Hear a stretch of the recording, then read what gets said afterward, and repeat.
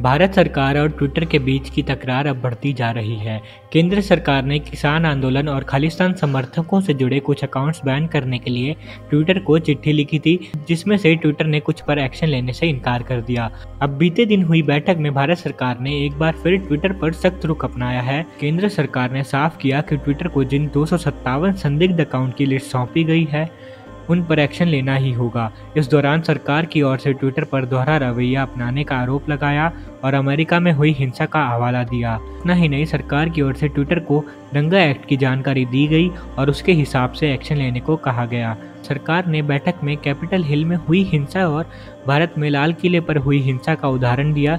सरकार ने संकेत दिए कि ट्विटर ने कैपिटल हिल में हुई हिंसा के बाद कई अकाउंट बैन किए थे, जिसमें अमेरिका के राष्ट्रपति डोनाल्ड ट्रंप का अकाउंट भी शामिल था। ऐसे में फिर जब भारत में 26 जनवरी के दिन गणतंत्र दिवस के मौके पर हुई हिंसा के बाद अकाउंट्स बंद क्यों नहीं किए जा रहे हैं?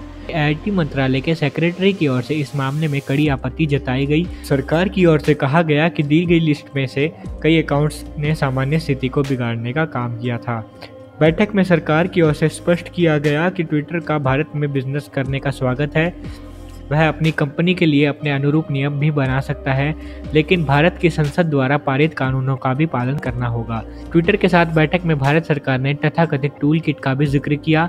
आरोप लगाया कि ट्विटर का इस्तेमाल इस तरह से गलत कैंपेन चलाने के लिए किया जा रहा है ताकि भारत का माहौल बिगाड़ा जा सके। ऐसे में ट्विटर को सख्त कार्रवाई करनी ही होगी। किसान आंदोलन को लेकर अमेरिकी pop star Rihanna activist Greta Thunberg ने भी ट्वीट किया था। ग्रेटा ने साथ ही एक टूल किट भी जारी की थी, जिससे मालूम चला था कि सेलिब्रिटीज का ट्वीट करने का वक्त और कंटेंट पहले से ही तय था। लंबे विवाद के बाद बीते दिन ट्विटर और भारत के बीच बैठक हुई। ट्विटर के ग्लोबल पब्लिक पॉलिसी के vice president Monique Meche, deputy general counsel Jim Baker ने आईटी मंत्रालय के सचिव के साथ मुलाकात की और तमाम मुद्दों पर मंथन किया। भारत सरकार की ओर से उन ट्विटर अकाउंट्स को लेकर आपत्ति जाहिर की गई जिन्होंने किसान आंदोलन के दौरान विवादित हैशटैग को बढ़ावा दिया।